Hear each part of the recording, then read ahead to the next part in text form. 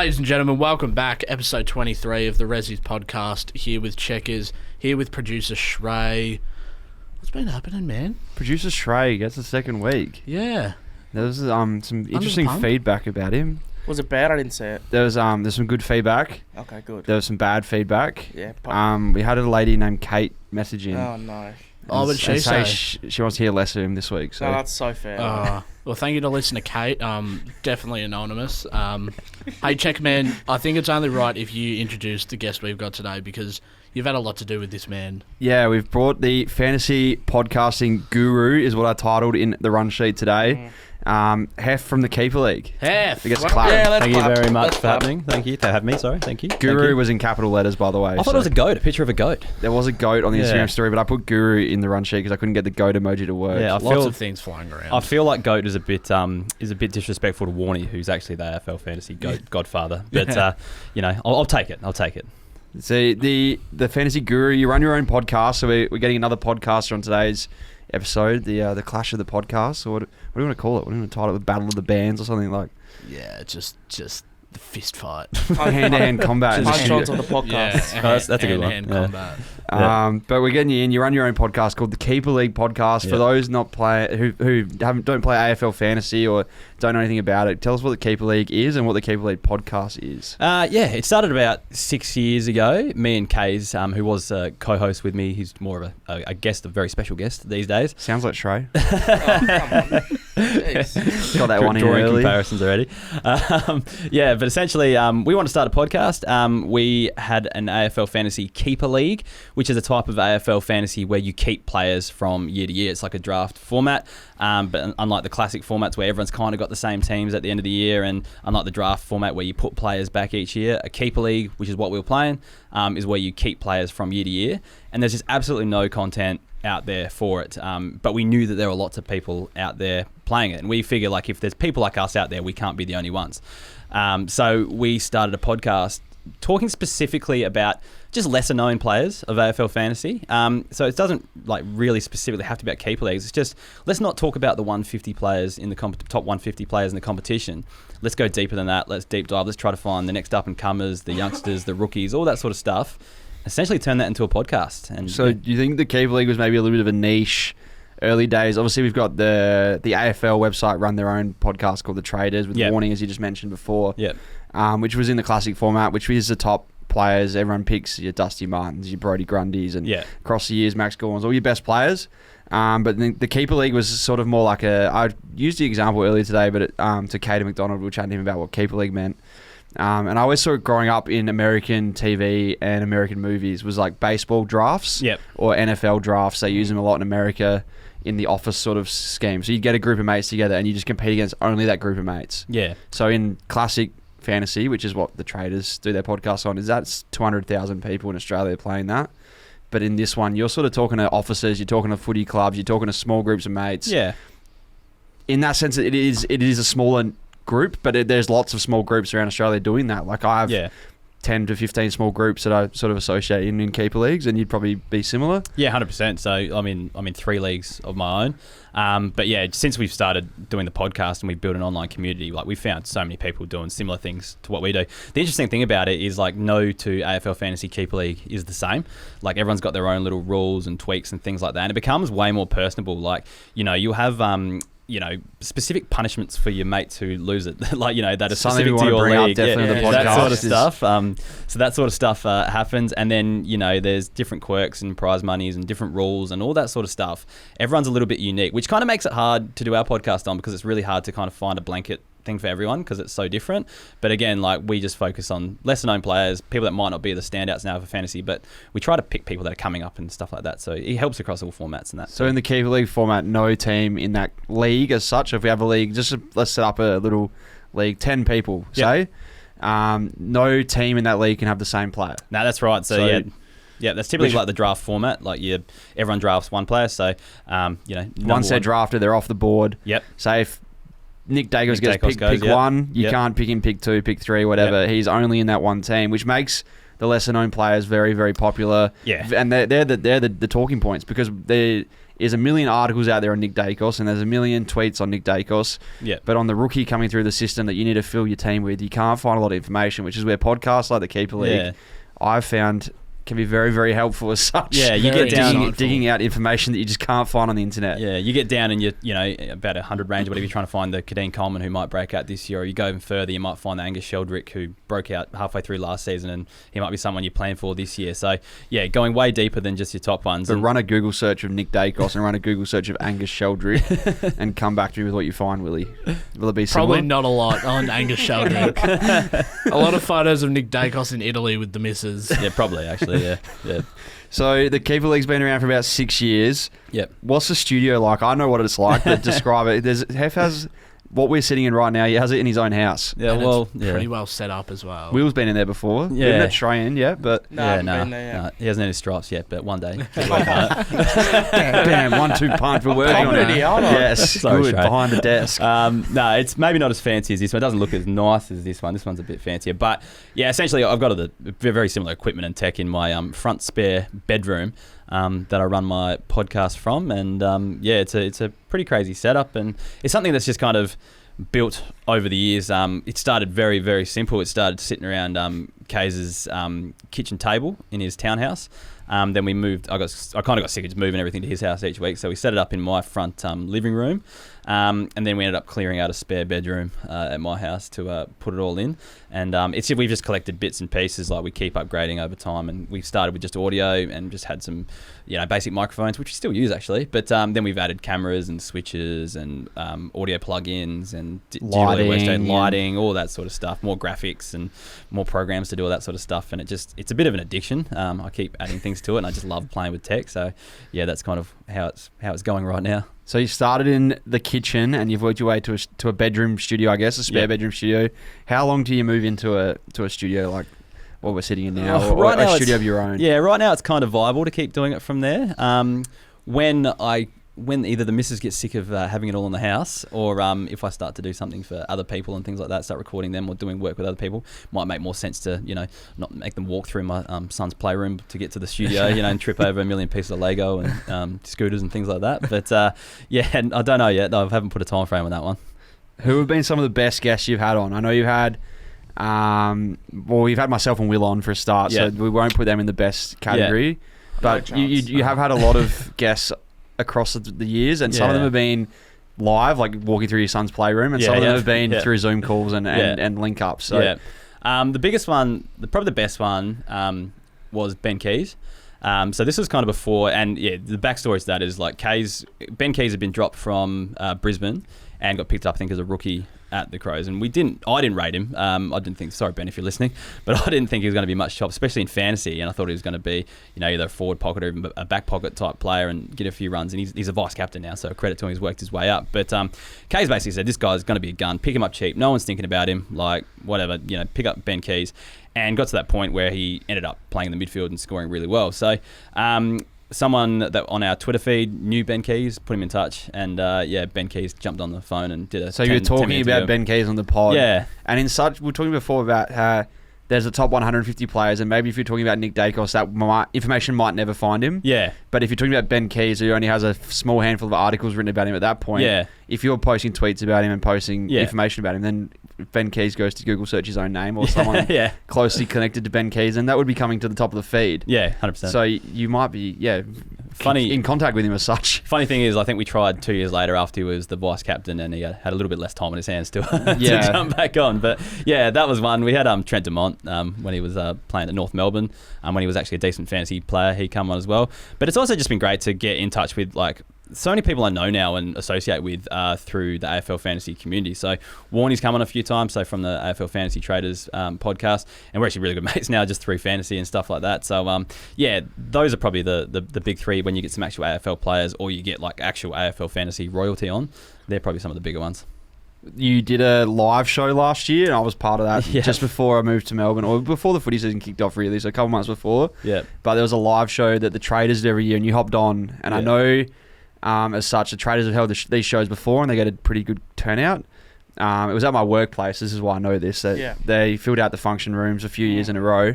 And then you held a show, and your slot was before the traders rocked up. Yep. And I remember early days maybe speaking, I can't remember if I spoke directly with you or whether it was with a couple of other boys, but maybe thinking that maybe people might just roll in for the traders and might not get there too early and worrying about how much crowd was going to be there. But for Heff's segment of the show, large crowd turned up. Yeah, it was pretty much a packed house. Packed house, ready to go. And I feel like a lot of those Keeper League listeners are quite a dedicated community. Yeah. Because you are the only one out there giving that information, or, like we said before, you can look up article after article on some of the guns, but you're providing the articles that people really, really want to find out. Like Angus Sheldrick. If you want to know something about Angus Sheldrick, you'll be digging deep for that. So there's a few. We'll talking about some Crows players like Billy Dowling, like was a big one on that went on TikTok, went really big. Everyone's kind of interested in him and stuff like that. So that's just what we do. We just try to unearth the next fantasy star. Which it seems weird that there's people out there that want that information, but like my opinion is there's a niche for everything. Like there is a niche within a niche always, and you can't be the only one in the world doing it. There's always got to be people out there that essentially that are like you and want similar type of information. And you see some of the trends, like how is that popular, or and some of the stuff my 5-year-old son watches on YouTube and things like that. You're like, what are you doing? What are you actually watching? But then you look at it and there's millions of views on this sort of stuff as well. So there's a market for pretty much everything, and we just kind of fell into one. And it really started just two mates wanting to make a podcast, but we didn't realize how much of a niche we'd actually hit, and the audience would get out of it, which has been pretty cool. We'll cross back to producer Shrey now, but there was a lot of interest in Lance Franklin kicking his 1,000th goal, and then people would never believe there would be the same amount of interest in someone kicking their first goal. So it's very much, I'd compare the traders. They do the stuff like Lance Franklin 1,000 goal. They've been around for ages. They do the top 150 players. Heff's unearthed this podcast of Shrey kicking his first goal that just many people want to find out about. So it's all about being niche. Shrey is the niche. That was my analogy, that Shrey is the niche. Good. You've drawn it back to people that aren't as fantasy savvy like myself, so yeah. I can draw the comparisons. So what you're saying is people want more Shrey content? Is that what no, I just said there's a very niche amount of people that want Shrey content. They maybe aren't the same people that want the buddy content. I get you, yep. But when they want it bad. So, when they want to find out about Billy Dowling, they want it bad. When they want to find out about Shrey, they want every bit of him. So how have you made the podcast sustainable? It's something we've had. This is episode 23. I don't know if we announced that. 23, Lance Franklin, Shane Warne, Michael Jordan. Michael Clark. Michael Clark. Oh, Jesus Christ. I'm trying to think. Crows players, they had the... McLeod. Jeez. And there was a recent one, wasn't there? Charlie Cameron. McAdam. Shane McAdam. Yep. Yeah, okay. Well, we're getting some good names. Heff on the Ressies Pod. Illustrious company. But we've done 23 eps. And we're starting to find our feet a little bit. How many episodes do you reckon you've done throughout the years? I know this exact number because it was our 200th episode last week. And we didn't actually make a big deal out of it because I only checked that after actually uploaded it, and it was 201 this week as of today. So 201 episodes. 201. Do you reckon we'll get there, Willie? We've got a lot of climbing to do, but 201's not off the cards. That's a lot of producing for you, Shrey. Yeah, when the wheels on the show, people turn off. So we're not going to get to 200. But now you're throwing pot shots. Yeah, it's all right. But how have you made it sustainable? How have you kept it going all these years? 6 years of a pod. Yeah. Has there been hurdles that have come up along the way? Maybe some challenges you've faced that might have made the show stop? I know you said Case is more of a guest now, and you've worked your way through different co-hosts and guests. Yeah, it's definitely had its hurdles throughout the year. First and foremost, I should mention my beautiful partner, Charity. Thank you for letting me spend all this time. Pretty much every night after dinner, I disappear to the studio and don't see her again until the morning type thing. So I'm working around the clock. But so a lot of hours initially put into it. So it started off just as something fun, and then it was like, well, we've got to pay for podcast hosting. If we want better equipment, we're gonna have to get some money out of this. So what kind of happened? Actually, I probably should take a step back. What kind of happened before that was like, I need all this kind of data and stats and things like that to look at players, and I'm sick of trawling through Stats Pro on AFL or whatever, fan footy, and just kind of digging through and trying to find this niche stuff. So like what I started to do was build databases of stats, so kind of studying like kind of computer scripting and coding a little bit, and find ways to kind of pull data from certain sites like AFL tables and fan footy and all that sort of stuff. It's very complicated stuff. I used to do some fantasy podcasting, and I used to ship all this stuff off to everyone else because I couldn't get my head around any of it. Sometimes solitaire on my MacBook is too much for me. So hard to open. Databases is a lot. For those who are good with computers, I did have Louis, who's a bit of a name in the AFL Fantasy community, just pulling spreadsheets for me. I don't even know to have Excel on my laptop at the moment. So, but yeah, you do these databases. Yeah, so I build these databases, and then from there I could kind of pull names up really quickly and check things, or do some further analysis. You know, who was averaging, centre bounce attendances. We didn't have centre bounces back then, but that's an example of who's having the biggest uptick over the last 3 weeks, or something like that. Anything that's going to help us get a better indication of who's a good fantasy scorer. So I started doing that for the show, and then it was like, well, there's probably people out there that want this sort of stuff out there. So we started a Patreon in the early days, and started chucking just these stats, these spreadsheets up there. So another thing was State League fantasy scores. They're very easy to get now, but the big thing was State League fantasy scores and getting those into like a bit of a database that was easy just to click on a player and have a look at what they average. Because like in keeper leagues, you want to know the players coming up through the ranks who could be good in a few years and that sort of stuff. So that was a big one, getting State League numbers. And then I started running a few projections and stuff like that. Who scores well against certain teams, that sort of stuff. So anyway, pulling all this data in, analysing it, and then eventually it turned into putting it on a Patreon page, just literally uploading a spreadsheet file, .xlsx, whatever it is, and then just saying, hey, if anyone wants this, you can pay $2 a month, help support the podcast, that pays for all our bills, that sort of stuff, and you can get all these stats that's hard to find and hard to organise and stuff like that. And like, we got a few hundred people do that straight up, like in the first kind of month or so. Actually, it's a little bit tracking back with the very first day that I met Heff was at a Port Intra Club, and there was Dossie, not Cater McDonald, but a different Doss of the pod community, and he had on his phone notes was tracking centre bounce attendances manually into his phone notes every centre bounce at this intra club. Because these are now stats that the AFL website run with, and they now put on their app. And if anyone who checks the AFL app as frequently as myself and Trey do on weekends, I don't know if Willie's the same because we haven't quite experienced yet, but we'll be at the footy, and within a game, I could check that app 25 times. Yeah, 100%. Even more. But in that app is like kicks, handballs, goals, tackles, and you can even get real deep and get centre bounce attendances, kick-ins. And early days, talking about these spreadsheets, I remember seeing you guys manually entering this data into your phone. That was actually the draft. Dossie was on the draft doctors back then, so we've got to be very careful to credit the draft doctors. Well, I'm just saying how little access to stats we had back in those days, and to the point that where podcasters were manually counting stats and putting in spreadsheets. The draft, because the work the draft doctors did there, the AFL saw people doing this, and then they started doing it because they realised that's what people wanted. So a lot of this kind of stuff actually happens on the back of what these fantasy coaches do and what they want type thing. Yeah, but we're talking about spreadsheets and people paying $2 a month, and some people listening maybe aren't into AFL Fantasy and might be like, "That's crazy that people want to pay $2 a month just to find out some stats you can already get yourself," or people want to pay a sum of money. But if you don't have access to these sheets, you might have to be that bloke at the game manually entering them on your phone, and it saves you a mountain of work. Yeah, and it's not even sometimes that. It's just like you get the raw data itself, but then you provide further analysis on that. So they don't have to go away and go, all right, who has had the biggest uptick in possessions over the last few weeks or whatever? Because you still have to sit there with a calculator and work that out. So it goes that next step and kind of looks at all the useful stats and things that people want to see in terms of fantasy, and then trying to put that into just a presentable format for them. So that's kind of how it started. And now it's built into, well, then from there it was essentially wanted a better way to kind of host that. Patreon was taking a fair haircut off of it as well. So I was like, well, why should, I don't know, it's just not what I wanted to do because it felt like it was a bit wasteful. So it's good to learn about. Shrey, I'm going to come back to Shrey. But don't get me wrong. Did we get an email today? Yes, we did get an email. What was the email? Will has started a Patreon without asking us. Wow. It said Will Taylor has signed you up to a Patreon. Okay. So there was discussion on the couch. It's a complete sub-track. I'm taking away from our this story. Could be a very good segue. But it's a very crazy segue. Yeah, it's a good segue. You might be the man to talk some sense into him, because just before you hammer into Patreon and why we shouldn't be on it, Will, tell us why you want to be on it. Well, we were talking on the couch, just as we do, and all of a sudden the idea of just having sort of like a membership sort of setup thing popped up, and I thought, stuff it, we'll get the Ressies Patreon. Why did the membership come up? Why? What was going to be on there? We were going to raise funds for Shrey. That's not it. It's just a discussion. I could sell foot picks for $5 a month. That's what I was thinking. I thought it might be the OnlyFans kind of rule. That was a different. That was on there, Shrey. That was a different discussion. Day, but that discussion did happen. I wonder how that discussion did happen.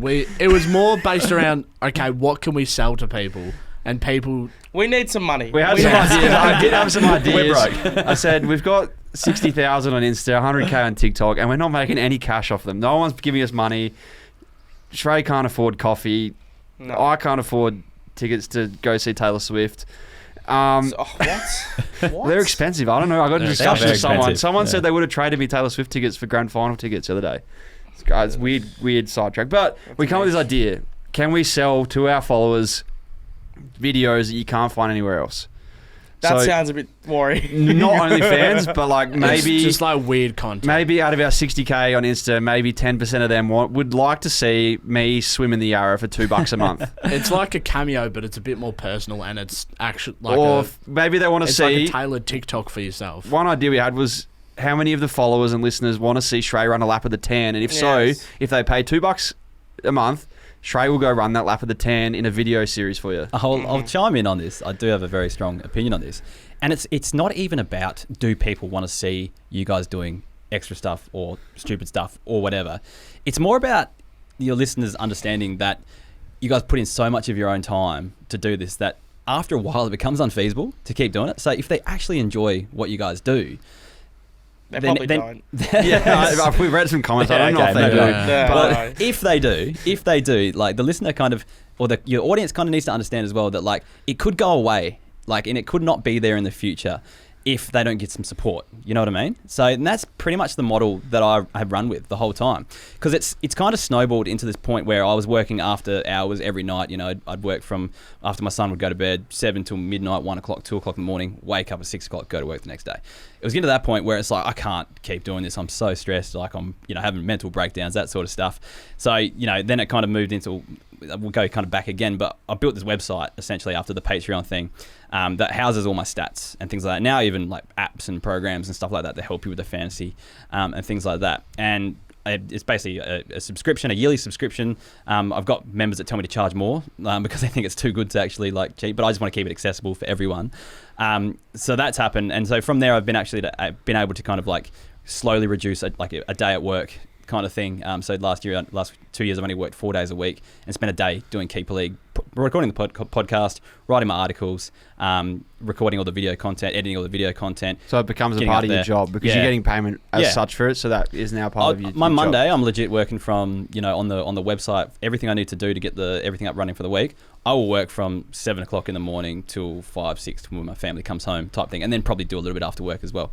But then it's like done for the day. You know what I mean? And I don't have to like not spend time with my family, and I can spend time with them later in the week, or and that sort of stuff. So my members, I made that very clear, and I've got a private Facebook group and a Discord group with my members, and I talk to them a lot. I'm in there, and I tell them how grateful I am of them to actually like support me in this kind of journey and this thing that I do, because without them I can't do it. I stopped doing it. Like my family would have packed up and left long ago if they didn't have me around and stuff like that.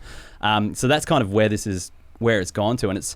Yeah, back to your Patreon thing. It's not even about like do people want to see that. It's do people value what you guys do. That is the biggest part. And if people value you, then they should support you. I would 100% sign up. I support everything that I can get my hands on. I think people, if they knew that Shrey was going to run a lap of the tan, if they've been asking for it for months, and he won't do it because he thinks it's going to ruin him. But if you said, Shrey, I reckon we sign 100 people are going to pay you $2, that's $200. Yeah. $200, is that going to get you to run a lap of the tan? That'd be sick. But then we also had this discussion, is it a gateway to OnlyFans? Because then the next month someone says, all right, $500, we want you to run the lap of the tan shirtless. And the next month they say, $1,000, we want you to get your feet out. And then it just gets worse and worse and worse. And obviously Shrey gets hungrier and hungrier and hungrier for that life of royalty and the money. So maybe it becomes a gateway. You got to stay humble. I think that's Yeah. the fact. So what I'm hearing is the Patreon's a great way to go, and we're going to continue with it. And we will be taking. We'll workshop it. We will be taking suggestions for the first video. If you do it, let me know. Let me be the first subscriber, please, because I would love to sign up and be number one on the list. I will do anything for money. I will do anything for money. Yeah. Down the barrel of the camera, I will do anything for money. We'll workshop it. Yes, please. So outside of the podcasting, Heff, what are some of the things you actually do? Something that the listeners probably won't know about you in your personal life. It depends how closely they follow me on Twitter. I have a few loves. First of all, I love spending time with my son and my family, my partner as well. That's probably a big thing. I really enjoy cooking. I'm a big cook. I'm a huge Jamie Oliver fanboy. If you go to my bookshelf, I legit have every Jamie Oliver book, to the point like stuff that wasn't ever available in Australia, like imported from overseas. Stuff wasn't printed here and things like that. So I've got every Jamie Oliver cookbook at home. Is that where you and Case met by any chance? No, we we played junior footy together in the country. So Case made a birthday cake the other week. Yes. And it was a 72-hour mission to make one cake. And I just made thought a cake in 72 hours. It was the most outrageous cake you've ever seen. It was Cookie Monster. Yeah, with a big cookie jar. There was like 75 different processes to this cake. And you had to let layers set, and then you had to go make other layers, and it was come back to it a day later type thing. But I thought, I don't know, maybe there could be some cooking TikToks coming from you guys. That could be a tangent people don't really expect. But it could be an works angle. for Christian Petrarca, so it worked for Shrey Tracker for a little bit. Not that well. You could see the Keeper League cooking show. So that's one thing. I love like health and fitness. I never thought, because we could probably talk about my Ressies career. Actually, I have quite a decorated Ressies career. Here we go. Yes, now we're cooking with gas. He's too good for us. He's too good for us. Not at all, because I was actually a C grade captain for a very long time, and health and fitness isn't something I ever took seriously in my life. It's something I take very seriously now. Images of no health and fitness. I'm very health and fitness. Well, you are the least health and fitness. Well, my nickname's Heff, and that was due to being like a bit of a hefferlump, a bit of a large kind of a character growing up, and it was always a name that suited me. But yeah, I definitely played a lot of Ressies footy and stuff like that. So that's probably another thing. If you want to go down that path, we could talk about that. A few B&Fs, I'm hearing. A few league medal finishes. Let's go back. It's C grade football here. Yeah. Okay. Yeah, I've played C grade my whole life. This is below Ressies. Isn't Ressies the twos? They don't hand them out down there. I'm in the you got to work threes. hard. But yeah, no, I won a couple C grade best and fairest for the mighty Walkerville Cats. Then worked my way up to being the captain of the C grade for a while. Played in 2 losing grand finals, which were hard. One was a kicker, almost a kick after the siren. Jeez. We were up by 5 points with about a minute to go, and lost that one. Then did work my way up to be the B grade captain at like Div 3 level from there. And then never won a flag, but won a few C grade best and fairest. So that's my Ressies career. Very nice. And now he's running marathons. Half marathons. Can you run a marathon, Willie? No, I can't run a few Ks. No. Yeah, so he's done the flip. He started in the C grade, worked his way up to B grade captain. Yeah. How does that happen? I don't like Never heard of it in my life. I don't like Normally it's the other way around. Yeah, so Too high up for me. What actually happened was I think we dropped a division, lost a lot of players, and then kind of the C grade went up to be He's the the B grade. Benjamin Button of footy. Yeah, maybe. Yeah, but yeah. No, that's pretty much it. Cooking, health and fitness, and spending time with the family. I think that's basically it. And I'm a bit of a computer nerd as well. I love video games. I've just started to like really get into coding as well. So learning a few different languages, stuff like that. But that's mainly due to just trying to make the podcast or the website better for the podcast. And like I've built an app recently and things like that. Helped build an app recently and things like that. So yeah, It's always looking to improve this man. I love it. Yeah. I love From the it. C grade to the B grade. Yeah. well, I'm a C teacher, grade, so maybe it's a love for From the learning. C grade to the B grade. I've never heard of it. I haven't even smelled what a B grade oval looks like. It's always the other way. No, I don't like it. Yeah, usually, but yeah. We do have some games and some challenges to play this podcast. We've asked a little bit about the Keeper League and a little bit about AFL Fantasy. I'm hoping people that tune in know what AFL Fantasy is for a start. If you don't, look it up. We had 1,000+ people in our AFL Fantasy League the last 2 years. Yes. Which doesn't seem much, but there's only 200. I think there's 150,000 people on the app. So that's like, Yeah. we had 1/50th of the app just in our league. Yeah. Which I thought was pretty impressive. That's very We're one of the cool. biggest leagues on the app. So if you know Marmalade, I'm hoping you know AFL Fantasy. So you'd already have half a sniff. And if you know the Keeper League, you definitely know AFL Fantasy. Yeah. We've got an AFL Fantasy quiz here. Oh, good. Here we I'm go. going to test your knowledge a little bit. Yeah. We're going to start off easy. I'm going to get harder. There's 5 matchups here. All right. So I've got 5 matchups of players in 2023. 2 players per matchup, of course. Okay. Who average more Oh, in 2023. in 2023. Yep. Obviously last season. Yep. First matchup, Patrick Dangerfield versus Mason Wood. Mason Wood. He's Okay, these nailed are going to that. be too easy, I think. Well, no, they're starting easy, working harder. very Right? We good. know he's good at To be his honest, game. This is like pretty like a bit of a thing. Like with keeper leagues, you kind of focus on the players you own. Yeah, And true. a lot of the time, you don't actually pay a lot of attention to what's going on. I know we do the podcast, and we do look at it a bit, but yeah, you do actually kind of focus. You do kind of fall in love with your own players, and if you don't, like, I don't own Mason Wood in any league, so yeah, they can fall under the radar for you. Might catch him out. So Yeah. that's the first one. I'm making Correct. excuses is really what I'm doing. Mason Wood averaged 92, Danger averaged 80 for those playing at home. Yeah. Will, do you want to read out the next one? All right, we got Cozzy Pickett and Brad Hill. Oh, that's a tough one. Sorry. Cozzy Pickett and Bobby Hill. My bad. There's a typo. You want to reread Bobby it Hill. again? Yeah. All right, so we got Cozzy Pickett and Bobby Hill. I'm going to go Bobby Hill, but I could be wrong on that one. We got him. What was it? Cozzy Pickett 63, Bobby Hill 50. My bad. Yeah, maybe I'm just getting Brad skewed Hill by would the... have been tight. Yeah. Brad Hill would have been very Maybe I'm tight. getting skewed by the grand final performance, maybe. Yeah. All right. Well, we're 1-1 here. 1 tick, 1 cross. Next one. You probably have done a lot of research on these guys, considering you're in the keeper leagues. Yeah. Brody Grundy versus Todd Goldstein. Yeah. Who So just averaged more? last year? Last year. Oh, dear. I know Brody was low. I think it was about in the mid-70s. I've no idea what Goldstein was, though, last year. Didn't really pay any attention to him. I'll go with Grundy just because I think that 75, I think Goldstein did fall away a little bit. He's good. He's That's very very good. Brody good. Grundy, 75. Yeah. Todd And you Goldstein. said 75 as Yeah, I well. did Todd know- Goldstein, yeah. 73. Yeah.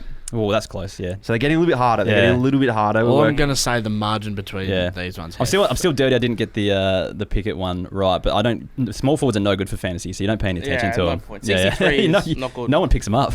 These next two are two keeper league relevant players. I think they Alright. were very heavily owned in keeper league, so I Okay. think this should be a good one. So we've got Jaden Hunt versus Blake Hardwick. Blake Hardwick was good last year, so I'm going to go with Blake Hardwick. Correct. He's good. He's on the Man's money. good. Blake Hardwick, 81. Jaden Hunt, 77. Jaden So- Hunt had a good spell near the start of his kind of run at the start, but then he fell away a bit. So And then I I feel think like he picked everybody back up had Jaden late. Hunt. Jaden Yeah. Hunt, In yeah. classic. Everyone had him. Hunt did, yeah, definitely. Well, a lot of people did. I didn't because that's probably why I So finished he's 2000. So. 3 ticks, 1 cross. Last matchup, this is the hardest This of the is lot. tough. Josh Dacos versus Sam Walsh. Josh Dacos. I think Walsh was worse, yeah, for a long time. So Josh yeah. Dacos, 94.7. Yeah. Sam Walsh, 94.6. Yeah, That's silly. There was like half a second between That's so you finishing the question and Heff answering there. That's impressive. I just had both front of them. I've been looking at them a lot. I've been ranking a lot of players lately as well. But obviously, I've got Sam Walsh ranked higher overall. But yeah, I knew that average quite. Yeah, top of my Jeez. head. He's got all his Excel spreadsheets. I didn't know if they were in his brain or if they're in his laptop. But I'm it seems they're in his I'm brain. still dirty. Didn't get 5 from 5. Heff Yeah. sells it for a living, so he's doing his best work. 4 from 5, pretty good there in the AFL Fantasy quiz. We're going to do a little bit on drafts as well, because, I mean, those can be relevant to everyone, those scores. I didn't play draft last year, so I'm keen to hear. We should play some draft this year. We should I get like it. we should get a league going, because I was chatting to Katie McDonald about fantasy just before, and he's never played, and I think we can finally take him off at something. never played? He beats us in Yeah, everything I we was- do. I was shocked by He's it. almost 30. Has he Yeah. not played it before? Well, there's a lot of people that use the not so great site called Super. He hasn't played that either. No. No, he plays no fantasy. Yeah. And there's a But he draft. beats us in everything we do. He's better than us at running. He's better than us at kicking. Better than Yeah. us at goal kicking challenge. We can finally beat him at something. So we're going to take him for a ride this year. We'll Pull tell his him it's pants really down. easy, and we'll say it's a $500 buy-in, and we'll just take Dossie's money, and we'll take it straight to Jethro's and buy lunch for everyone. Yeah. Can we just take his money? Because none of us have $500. Yeah. We just won't tell him the rest of us haven't paid. All right, so in drafts, there's things called ADP. Yeah. What does that mean, Heff, for those playing home? Average draft position. So they take a large pool of numbers where players get picked. Your draft versus my draft versus Will's draft versus Trey's draft versus old mate down the road's draft, and they pull them all together and work out which players normally, most taken at number 1, which player most that taken number 2, Yep. number 3, whatever. Yep. So that's what an ADP is. You have pick 1 in this year's draft. Who are you taking? Nick Dacos, without a question. And reasons why?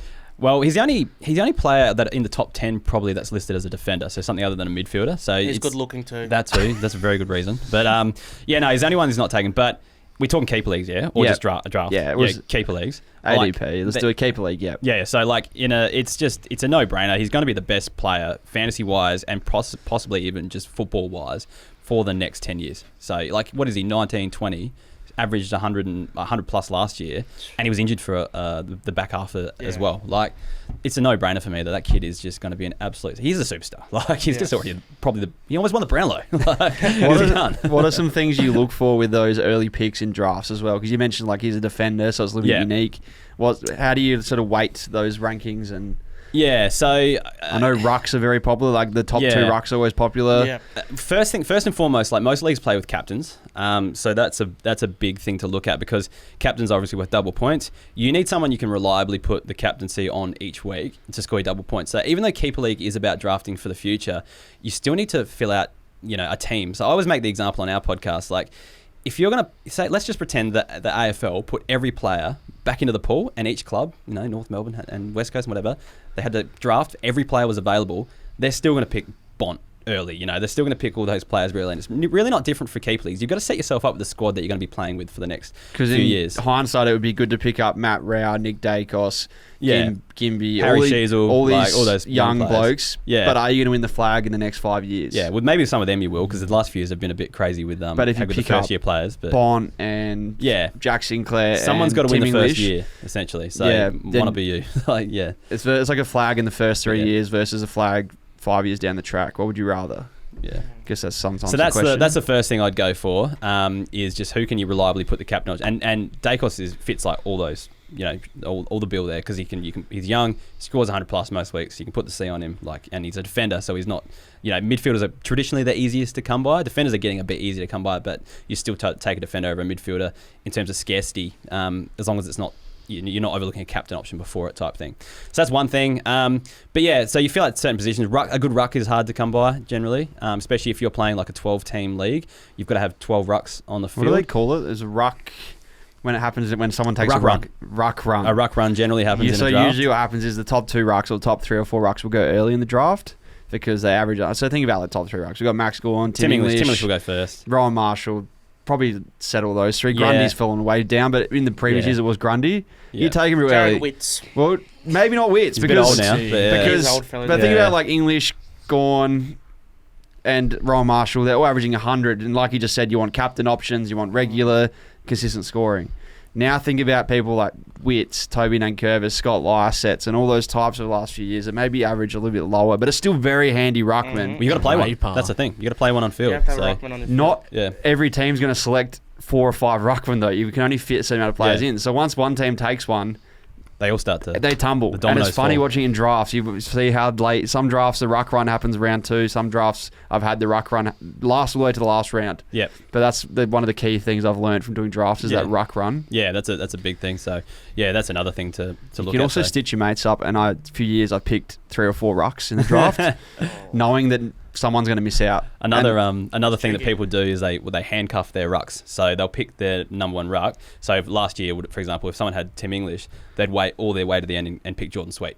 So that if English got injured, you're guaranteed to have someone on the field. Yeah. So that's a smart way to play. No one's going to touch him because he's not going to play a game. No. But he'll be handy for your team if it does happen. Yeah. So you can stuff people up that way by picking up their handcuff because then they have to find another ruck real late. Unless they pick a Sydney player because they've got like Hayden McLean, Peter Laddams, and then Grundy. Brody Grundy. There's a few handcuffs you got to have there. Yeah. There's a few teams that are an issue. But I was a big fan. I remember one year I picked up the top 6 rucks. And stitched up my league, and then I got to trade him for whoever I wanted. Yeah, you want a ruck or you want a cop 0? The issue is you don't have any midfielders, and you can only play one of those rucks, and the rest are on the bench. Pretty much, you do shoot yourself in the foot a little bit. Yeah, I was hand-to-hand combating everyone in my league, just seeing who wanted to jump in. But, all right, next game we've got talking about ADPs. People set their own rankings in the app, and you can do that in the AFL Fantasy app. As you can change the rankings. They have the average that everyone in the app that uses the app has. Yep. But you can go through and you can shift those rankings if you want. So if you like a player a little bit better than everyone else in the comp, you can move him up. And if you don't like someone, you can move him down. Rank these 5 players in your own ADP and give us reasons why. Yep. Jordan Dawson, Jack Sinclair, Took Miller, Rowan Marshall, and Harry Sheasel. And keeper league? Keeper league. All right, I'm feeling a bit of Took Miller disrespect coming. I'm putting Harry Sheasel number 1. Just the age factor to be. He was the best fantasy first year player in fantasy of all time. So they've got the Michael Barlow medal. That's the traders used to kind of be the best player, and he outscored him. So there was talk this year of having to rename the medal because no one ever thought anyone would beat Michael Barlow, in his first season. He did it this year. So he's kind of a no-brainer. I do think he might regress a little bit this year because there's rumours that he's not going to be playing off that half-back line, which is a really nice role for fantasy. He goes in midfield. It's a bit more of a crowded midfield at North, but long-term, that kid's an absolute weapon. And he's in the right spot. Yeah. Because he's not competing for his spot each week. He's guaranteed the best development. Yeah. Yeah, that's fair. I reckon that's probably on par with everyone else. So after that, I'm probably going to go Rowan Marshall. That ruck factor. He's a little bit older. I know that. But to lock away a good ruckman early on in the piece, very important to do. So I think I'd go Rowan Marshall next in my rankings just to kind of lock that away because, out of the others, like I feel like they kind of, you can find comparable players. When you're picking up Rowan Marshall, Tim English is probably gone by then. You're going to have probably someone like Nankervis or Kieran Briggs that are going to go soon after that. Maybe might be rating Briggs a bit too highly, but I love that guy. But Rowan Marshall might be a guy that would probably go next, I reckon. What about the next one? So what were the other three? Geordie Dawson, Jack Sinclair, and Took Miller. Oh, so I'm gonna have to go Dawson next. Very good captain option. He's a player that the Crows want the ball in his hands at all times because he's the best user they have. I think probably he's going to cop a bit more attention because I think we saw at the end of last year they put tags on him a lot more and it did stifle him a bit more. Hopefully moving Matt Crouch in the midfield kind of breaks it up a little bit, but he's their most damaging player. They want the ball in his hands, so if he can get off the leash and avoid a bit of attention, he'll be the next one. You chuck the C on him, no worries. Out of the last two, it was Jack Sinclair. And Took Miller. Jack Sinclair would be next. Pretty unfairly to not have him higher, to be honest, but he's that kind of halfback flanker that can go in the midfield. Another very viable captain option. He's kind of the player that will probably go in second round in most draft as well, where I think most of those other guys probably go first round. Sheasel might go a bit later, but I just like putting the kids a bit higher in a keeper league draft. So he's the next one. And then Took Miller, all credit to the guy. He was the best AFL fantasy scorer in the league a couple of years ago. But I think that Gold Coast midfield has just developed a little bit more. Noah Anderson's become an absolute gun. Lots of kids coming through. Yeah, you've got then you got Matt Rao, who plays that kind of tough inside role. Then you've got Bailey Humphrey, who's probably going to spend a bit of time in there this year as well. Trey's been shaking his head. Yeah, lots of shaking of the head. I just love Took Miller. So the first year I ever played AFL Fantasy, I drafted Took Miller in my draft, and I won my entire draft. I think that was the year he scored the best in the comp, so he's my favourite player. He was definitely in my team that year, my classic team for sure that year. Him and Jack Steele, I think, went head-to-head for average that year. But he's a bit attached to him, old Shrey, right? Yeah. When I first met Shrey, he was a big fan of Took Miller highlights. And I still love Took Miller highlights. Yeah. What was your team name? You had it named after Took Miller at one point. I can't remember. Can't remember. Oh, he's given up. Producer Shrey axed. Well, that's done. That's our little games. In the bin. That's our little games we had booked in. We did ask the fans for some questions. There was a few curly ones in there, and I have some questions of my own I want to chuck on the end. All right. Will, do you want to ask the first question? Happily. Surprised you got any questions to me. So the first one is from Kays. Oh, good. When will the podcast with Warren Treadray start? I don't know if I can talk this much. That shouldn't be at the front of in light. But no, funny story. I made a meme about Ken Hinkley. People that know me know that I'm not a fan of Ken Hinkley. We won't go into it in too detail in this podcast because I might get a bit too angry, a bit too animated for this podcast. But I made a meme. It was One More Time from I think America's Got Talent or one of those Got Talent shows. England's Got Talent, UK's Got Talent, whatever. Britain, that's one. Where the guy takes off his top and the seat, the high vis vest is underneath, and he keeps taking it off. So I was just like, one more time. Ken Hinkley gets a new contract, 1 year, 2 years, and it has Simon Cowell looking depressed, and I had Port fans on that and that sort of stuff. So anyway, about 4 months after that, after Port lost the semi-final, Warren Treadray slid in my DMs and just said, this went well, or something like this aged well type thing, because obviously he's not a fan of Ken Hinkley as well as things in the media as well. Yeah. So been chatting a bit on social media and stuff like that. So yeah, Kaz just knows I've been talking to Warren Treadray behind the scenes, that's all. He's good little insight. I don't want to potshot Warren Treadray because he follows this pod. Yeah. But do you think he's struggling for people to talk to a little bit lately? If he's talking to me, definitely. Jesus. Please don't be listening, Warren Treadray. Please don't be. No, but do people not like Warren Treadray? Have you not been in tune with what's going on with Warren Treadray? He's pretty controversial. He wouldn't get the COVID jab. He's a bit controversial. He lost his job at Channel 9. Yeah. He made some controversial calls about Port Adelaide, and they basically shunned him from the club. But he's trying to get on the board now. He's trying to get on the board to upset the club. He's trying to get on the board to overthrow the club. More so, I don't want to get too much into Port Adelaide issues here, but I think he's gonna, if he gets on, he will provide that kind of just a different voice to everything that's gone on. Like everything's happened for the last 11, 13 years, 12 years under the current regime. Nothing's really changed. We won a flag. So he might he's going to be a little bit rogue. Yeah, he's going to come in and just be opinionated on everything and want to fight everyone on everything. Hand to hand. Maybe not hand to hand, but more just debating wise. But yeah, it's an interesting time if you're Warren Treadway. Please don't listen to this podcast this week. I like you, Warren Treadway. He is controversial, but I always We'll get you on. I promise. Always seems I've Port got no Adelaide issues with you, brother. You and I are cool, calm, collected. Next question from James 0988. What made you start the podcast? I mean, you touched on it a little bit before. Yeah, it was really just, I was listening to a lot of podcasts at the time. It was about 6 or 7 years ago, and I'd been listening to podcasts for a long time. And I just wanted to start one, really. And because I love, so I'm a trained sound engineer, and I'm actually a music teacher now, but I kind of focus on electronic music and teaching kids how to record things in the studio and stuff like that. Audio has just been a big passion of mine, a big interest of mine in producing quality audio. So I just wanted an outlet to do that. I got sick of playing music, hauling gigs, gear around to gigs and stuff like that. So I kind of wanted an outlet to do that. I wanted to start a podcast because I was listening to a lot of them. And yeah, essentially I just love AFL Fantasy. So that was the three things that kind of all came together. Never, ever did I expect it to go this far. I didn't expect to get a listener type thing. But yeah, here we are now 6 years down the track, and it's basically, it's a business now. Like I'm running it from my house, but yeah. He's got a beautiful voice for podcasts, doesn't he? Yes. Must be something about working in the industry for a while. It's just maybe, yeah. Beautiful voice. The next one here we've got is from Lucas Wills. How many and what other fantasy podcasts do you listen to? Oh, I basically listen to everyone. So the Traders, like Original, the GOAT, and those guys have, they spooked me so much when we came up. They would retweet everything. The first episode came out, they'd retweet it. Back then it was unheard of. And then I think 2 days later, Warnie was in my DMs just saying, love the first episode, keep it up, it's great, that sort of stuff. So those guys, the Original, the best, might not be for everyone if you want to go super hardcore because they've got to cover the everyman and that sort of stuff. I try put it. Heff does the niche stuff. Whereas the Traders do the top player, the cream on top of your coffee. They just have to do the stuff that sometimes looks nice and sounds nice. I'm not sure what your mainstream radio is over here. They're the Triple M, and we're probably the Triple J. Even probably community radio is actually probably more accurate for us. Yeah. But so sometimes the Traders get not hate, but they're for your everyday fantasy listener. Whereas if you really want to win a league or you want to find all the inside info, you have to dig a bit deeper sometimes. Yeah. So they're the ones. Just doing so much work with Dossie over the years, Pod. I love the Point of Difference podcast. If you haven't heard of that one before, I think just Dossie's just a genius with his wit and memes he comes up with. I don't know if we can announce it, but Dossie is behind Footy Grid. Is that yes, he's the man behind Footy Grid. Yes. Well, one of the two men behind Footy Grid. So he didn't know that. Yes. No. Yeah, how creator do you of think Footy we got Grid. our own grid then. Div 12 Ressies had a grid earlier in the year. People my line was just big enough to get a grid. How did you get a Footy Grid? I can make it happen.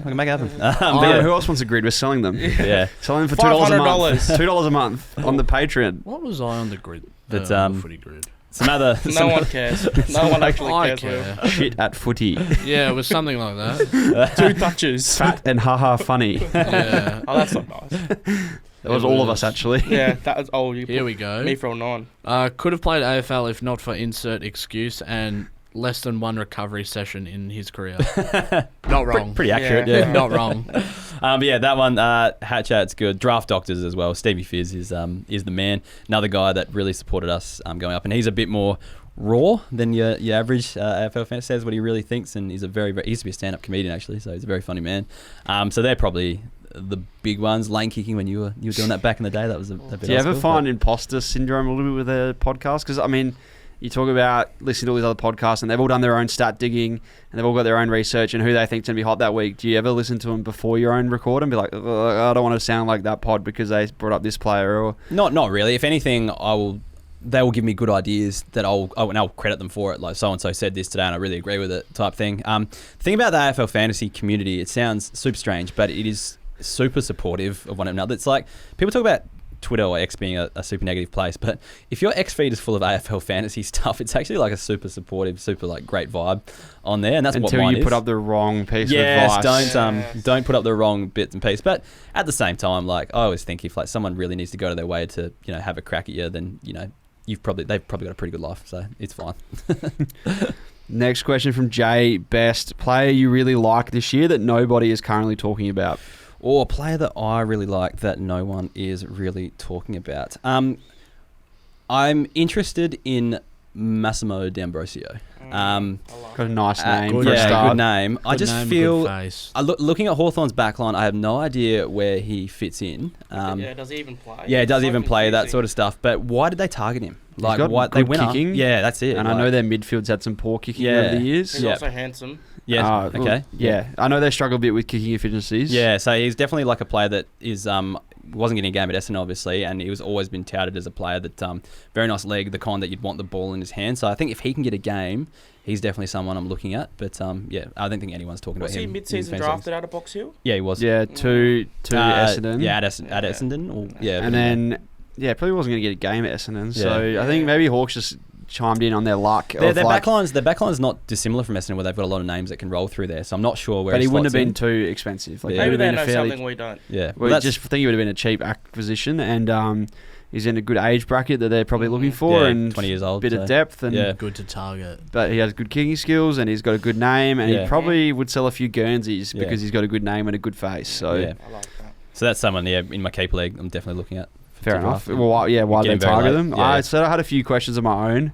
First one, I want to go back to the punishments that we were speaking about before. So in the keeper league world, I don't know where it stemmed from. Maybe it stemmed from America. Yeah, I think so. But there's this big thing where obviously you can buy into leagues sometimes. So my most expensive cash league last year was a $500 buy-in. Wow. I have been offered What's leagues, the prize for that then?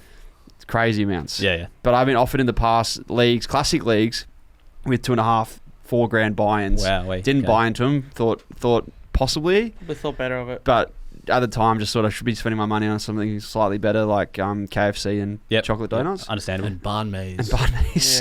Yeah. But so obviously, first place you win a bit of cash, or sometimes first, second, third. Yeah. But the last place they give you a punishment. Yeah. So losing $500 isn't enough. Well, the other year I think I won about $1,000 out of one of my leagues. Yeah. Which I thought was pretty cool. Around end of season, going on end of season footy trip. So in keeper leagues, there's the tanking's an issue. Because you get the first because you get the first pick of the next year. So you don't want people tanking and not competing just so that they know Nick Dacos is coming up in the next draft to tank. So there needs to be something to keep them accountable at the bottom of the ladder. Yeah, so that's a good explanation. That's very smart. So to avoid that, leagues have brought in punishments, and they first off just started as pretty basic punishments, but through Twitter and through the fantasy community and through podcasting, they've got extreme. Yeah. What are some of the most extreme punishments you've heard or been involved with? Or I've never finished bottom, so I've never had to do it. But nice.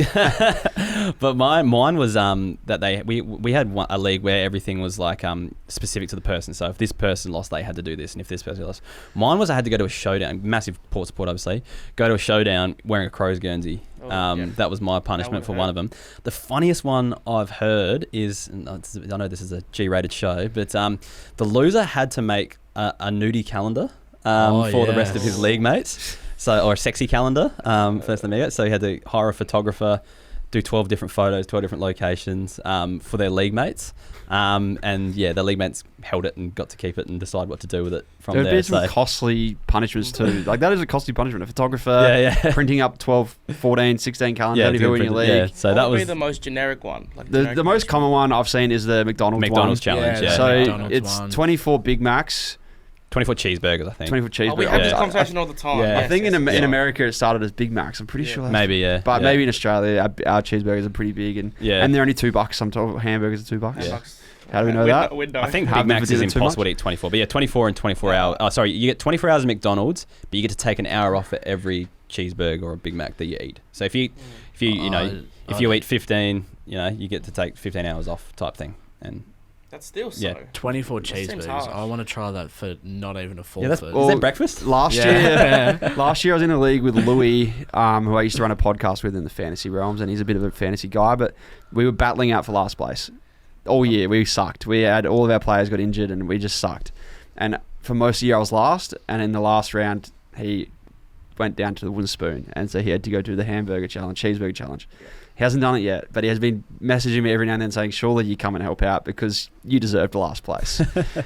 So there could be on the cards when I get back to Adelaide a bit of a cheeseburger challenge. I wouldn't mind tucking into a few. Well, there's content in that, so I'm happy to see it. Well, there's some good ones that we've seen, like boat racing, and the traders post them up every year. I know they put up a few of the challenges, and there's also ways that you can get your draft order as well, which I've seen. Yeah, like there's lots of different things. Like a lot of the common ones are putting money on watching a horse. Everyone we did that one year. So we pick a race. To the Melbourne Cup is after footy season. Normally 24 horses. Yeah. So there's you need a lot of horses if you've got a big league. So most races have about 12 horses, but sometimes you need like 18 players or whatever. Yeah. So you each pick a horse, and wherever it finishes in the race, that's where your pick is. Yeah, I'm trying to think of some more obscure ones, but I haven't heard a lot of those ones. There's the boat race one I've seen. You get 24 paper boats and put them in a river and see which one crosses the line. I did one year with one of my leagues. It's more of a draft league, but I put everyone's name on a piece of paper around the room and put dog treats down and unleash my dog. And which order they ate the treats in was the draft order, so that was one that I tried. That's fantastic. So, I remember we simmed a Mario Kart's game once that's as a well. lot of one. Yep. So you don't get to play, you just play as CPU. Okay. And then we simmed a FIFA tournament. Everyone got a team. We got put in as a house. You got to pick a team. Yeah. So you pick a 5-star team. Obviously, we did I think international teams, France, Italy, all that sort of stuff, and then simmed the FIFA tournament to get the draft order. That was another one. So, beautiful. Yeah. Might have to do something similar for. We'll have to come up with something really outrageous if we're going to do one with all the other content creators. There has to be something really, really outrageous that makes Kate and McDonald feel very unwell. Fair enough. Well, move on from the questions. I normally do a segment called Checkers Checkout at this point. For those listening to last week's podcast, we did it. It got cut out because Jared Davis does not shut up. Oh, yeah, Jarrah. It was recorded. We did. We sat here in this room and I did the checkout, but Jared Davis just fucking talks forever. He doesn't stop talking. What did he say? He's like a LinkedIn post, but like just in your face and like just there. So my checkout went for 44 minutes and we had to cut it out of the podcast, otherwise it wouldn't upload. I was thinking I didn't hear it last week, so yeah. So this week I just brought show and tell. I didn't bring food. I didn't want it to go on forever. I'm been told really hungry, so to cut it down. I just brought in no flex or anything, just this hat. A bit of flex in at home. Just this hat that I've had at home for a while. So explain to listeners or people watching the podcast what the hat represents. Yeah, so I just got this hat. It looks pretty cool. What's written on it? AFL Fantasy. Yeah.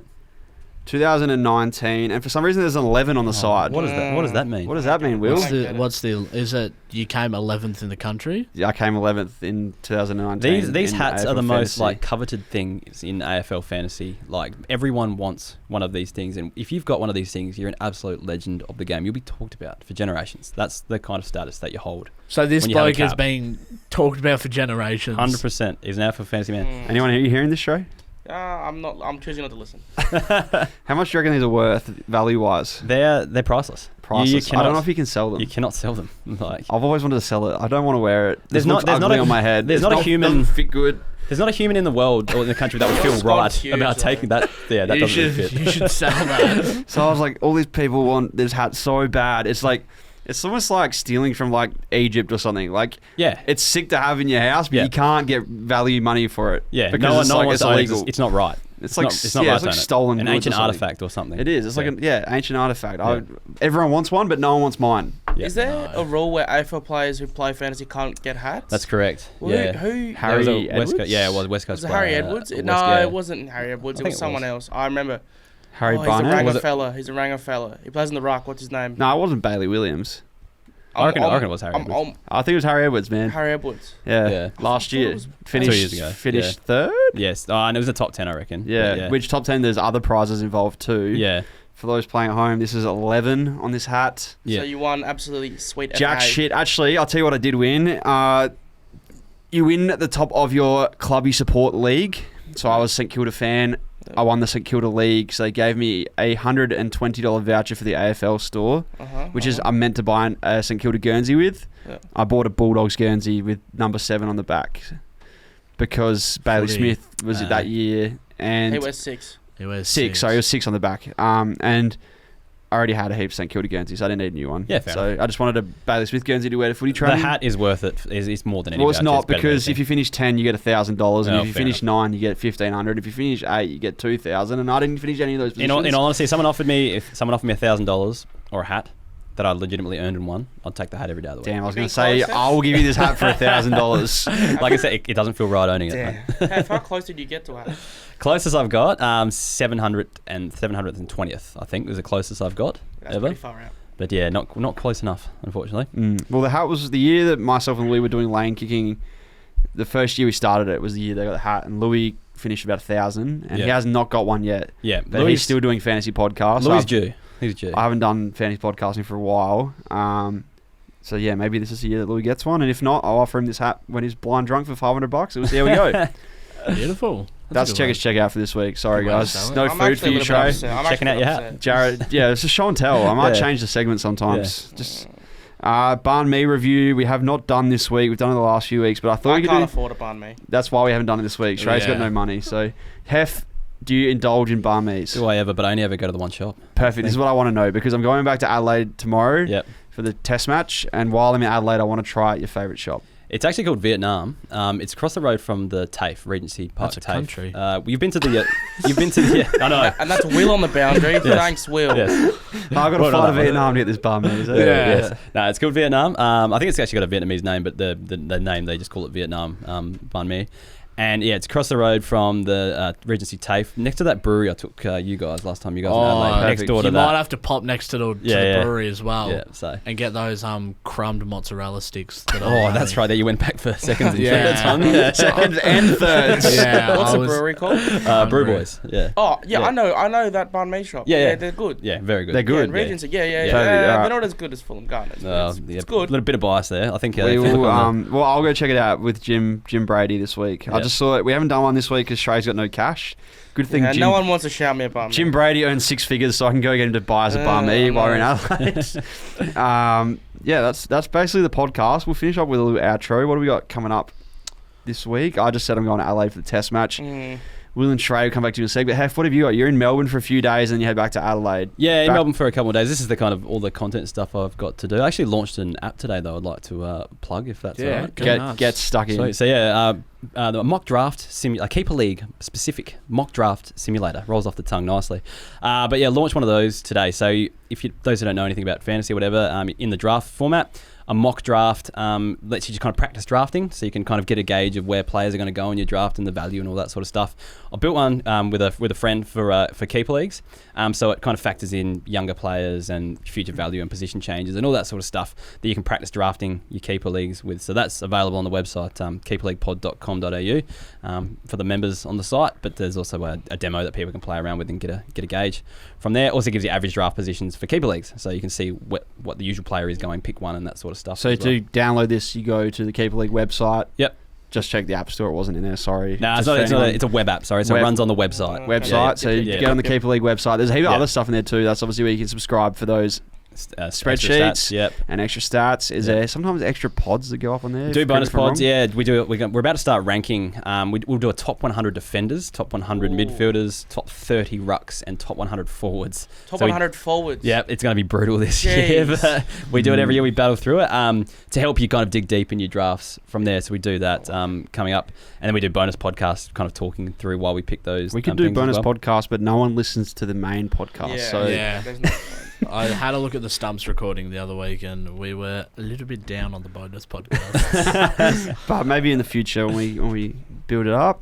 So Keeper League website, obviously, heap of extra content you can get for fantasy. If you want to roll a few people, there is cash leagues out there. So I personally buy the AFL Fantasy in-app plug-in every year. I think it's about $13, $14 from memory. It's not expensive. Trey, I don't know if you bought it before. I bought it 1 year. The year I finished my best. So worth it. So it is worth it. Probably not. And then, I mean, if I was in a cash league or competing against my mates for a little bit of coin or bragging rights even or trophies, I guess those plugins can be very helpful. Yeah, 100%. Yeah. If you buy in $500, what's an extra $60? Well, what's an extra $15, $30, $40? Yeah. Especially if you're playing off for bragging rights, you often pay that just to rub it into your mate's face. It'll definitely help you go up the ladder. Someone like Will who sucks at fantasy, I don't know what can help him, but it is a starting point. Yeah. I'll be buying all of Heff's stuff this year to help myself get in front of Joel and Trey. For sure. That's the clip for the week, I think. Yeah. Recommended. Well, that's what we got coming up. BBL season just finished. We're going to the BBL tonight, actually, to watch the Melbourne Stars last game at the MCG before footy season kicks off. So I guess after tonight, last BBL game, it basically is footy season. I'm going to dive deep into fantasy. Which is why I thought it was a really good time to chat some fantasy. No, this is good. The last thing I have in the spreadsheet is Trey has 993 days to go. We can turn Trey's mic off, so just pretend like Trey's not talking right now. Australia has 993 days to go. Heff, what do you think that means? It could be anything, to be honest. 993 days to go. What, to his 30th? To his 30th, jeez. I'm 21. I have to think about how many days are in a year then. That doesn't quite work out, does it? So the 993 days leads to, on the countdown clock I was doing today, leads to October the 7th. Which is when we've decided Trey is going to have his first child. Of 2027. I'd like this cut out of the podcast, please. So he has 993 days left of being a non-parent. Okay, well... What do you call them? Congratulations. Just a term? Just a man. There's parents and then there's non-parents. Yeah, just, I don't know if there is a term for that, just a person. We thought we'd put in the pod because there's some suggestions we got coming in, things you can do with a kid and things you can do when you don't have a kid. And we're going to have to make sure Shrey gets them all out the way. Yeah. I have a suggestion for one of the days. So last week on the pod we were talking about Weet-Bix and trying to get Jake Fraser-McGurk on the Weet-Bix box. Something that popped into my head is the Weet-Bix Kids Triathlon. What? This will be something he's doing when he gets his kid or before he gets his kid? Before he gets his kid. Well, he probably have to go to him after he gets his kid. Just to experience what it's like to have one. Well, it's just like a bucket list item. Okay. And I reckon for the Patreon, one of the first videos is we could all do it or we could just get you to do it at a premium price. You do the Weet-Bix Kids Triathlon. What are your thoughts? What are the distances? I don't know I have no idea what you're talking about. What are the distances? So I know what it is. So Weet-Bix Park boxes as a kid, you could sign up to a triathlon. They had them around Australia. You sign up, you do the Weet-Bix Kid Triathlon, and everyone gets a medal. It was just a feel-good thing. Be like the Premier's Reading Challenge. I did it. It was really good fun. And this is what you'd have to do. 200-metre swim, an 8-kilometre bike ride, and a 1.5-kilometre run. That doesn't sound very fun. We could get you... What about if you're getting paid $2 per month from listeners for this? Yeah, I might do it. Consider it. Change this tune. We can workshop something out of it. Yeah, but I wanted to put that forward to you. And we can put you at a premium price. I hate this part of the podcast. $4 per month. Anyways, I think we've learned, number one, AFL Fantasy is just around the corner. Learned some insight into draft. Obviously, Will hasn't played a lot of it, and neither has Shrey, and they've hopefully learned some things. Number three, we've learned we're getting a Patreon. Don't know why, but we've already got one, actually. Will's signed us up. Just let me be number one subscriber, please. Yeah, absolutely. It's done. Thanks for coming on the potty, Heff. Appreciate your time, and we look forward to hopefully chatting some fantasy with you later in the year, and when we come across to Adelaide, hopefully jumping on a few pods. Yeah, absolutely. Love to have you guys back. Sounds great. Yep. No, thanks for having me on. I've enjoyed it. Cheers. Thank you very much, Heff. Take us out, Will. And thank you to everyone for listening once again to episode 23. If you did enjoy, please rate it 5 stars on Spotify. If you're listening on any other platforms, maybe iTunes or Apple Podcasts or whatever. They're the same thing. Okay, well, follow us on them. If you're watching on the vodcast, subscribe, like it, share it to your friends. And that's been us again. Thank you. I got one more thing I wanted to play. Okay. Today I was doing a deep dive on some research. On the lounge. Shrey, what were you doing? Playing FIFA? Take us out. I was playing some FIFA. Take us out, man. Well, I've got a DJ gig next week, and I've decided this is how we're opening the DJ gig. Heff, if you know what this is, I hope you enjoy it. Shrey, I have a gorilla costume coming in the post. Excited. For you. I'm excited. And this will be Shrey. Oh, we've got a bloody YouTube ad. Whose ad rolls we paying? See, when you get Patreon, you can subscribe to Premium. Yes, we can cut around. This is Shrey next week at my DJ gig. Oh my! Basically, should we skip forward a bit? Yeah, I think we got to do the drum roll. If the gorilla plays the drums. Jeez, this is a long. Come on, start hitting the drum. There it is. The gorilla plays the drums. He's going off. I can't play the drums, so that's not good. I'll teach you between now and then. So I've spent $150 on a gorilla costume today just so Shrey can play the drums. And that's going to be video number 2 on the Patreon. That's the Ressies Podcast done for another week.